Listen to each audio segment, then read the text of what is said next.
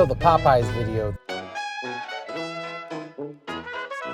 This is the one that I started becoming really conscious about background audio. So in order to make a better video, I had to make sure that the audio is going to be somewhat kind of clean, because there's things I can't take out. Like for instance, in this truck, I can't take out the rumble of the exhaust without my voice sounding really awkward and weird. So sometimes I just leave it in. And that's in Popeyes, that's kind of what I started observing in it when I was editing the footage. There wasn't a whole lot I could use because it was so noisy in my house. I really wish I could redo that video and just show how much fun it was. Popeyes is the one where I really learned that, you know, a lot of people don't like being on camera, and I wanted to have a much better angle and shots of us having fun in that.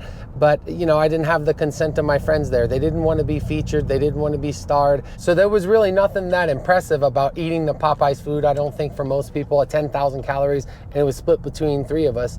It was a lot of fun though. We enjoyed it. It was something I don't often eat a lot, especially when I'm dieting. It's fried chicken. It's just so high in calories. No, it wasn't my best video. It wasn't my best angles. It wasn't my best edits, but I liked it and I had a good time, and it was a good memory for me, just like in the taco video. What I had really learned at this point is that I had to be selective of when I pressed record, so I didn't have to do so much editing, because that was the hardest part in this, and rewatching myself over and over and over and listening to myself over and over, which to make this video I'm gonna actually do. It's not gonna be a straight through because it's gonna be way too long.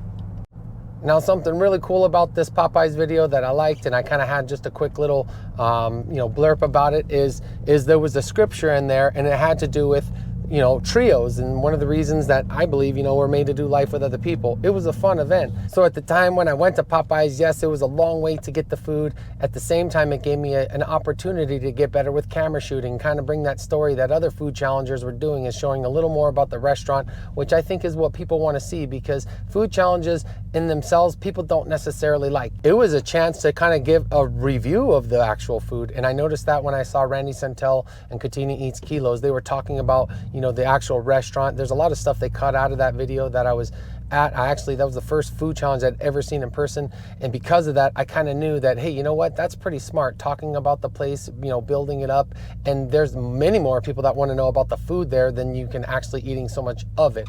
And now, kind of knowing this, that it's kind of important to tell a little bit about the restaurant and the food you're eating, and that would draw in a different audience. That's something I was like, you know what, I can investigate that a little bit more. Let me do that in the next video, because I had a plan. I actually had kind of an extravagant plan for this one, to do some cool footage, some overlay, but it didn't come together, unfortunately. It was something that I learned.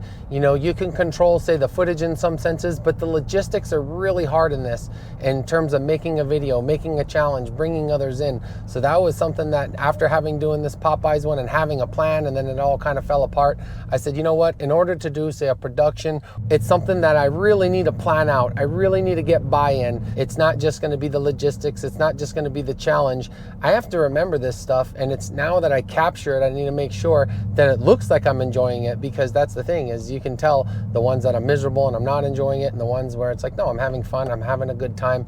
My, say, voice comes off a little bit different, my facial expressions, and I noticed that in the editing. That was kind of the hardest part in editing, is constantly watching my tics. You know, I became a little bit self-conscious of it, but I really had to overcome that, you know, that I had to make these videos. I had to see myself. I almost had to pretend like I was someone else, you know, or editing someone else, just because I had to listen to myself talk so much and filter myself. So it was really difficult in terms of mentally overcoming that challenge. It was really something I wasn't even comfortable being on camera. I was still kind of doing my best. So to conclude this video, let's just talk about something really quick. It's the most important thing in all of this, in making content and videos, and timing. Timing is so crucial in terms of not just how you make a video, how it all comes together, but it's other people's time too, right? Especially if you want to include others. So it was something that I was really conscious about, and knowing that schedules, you know, things happen, things fall through. So now that I knew this, I need to make sure that, you know, when I want to make a production, it's really got to suit, you know, the convenience of everyone. And that was something I was aware of, especially as I had to do the Ring of Fire.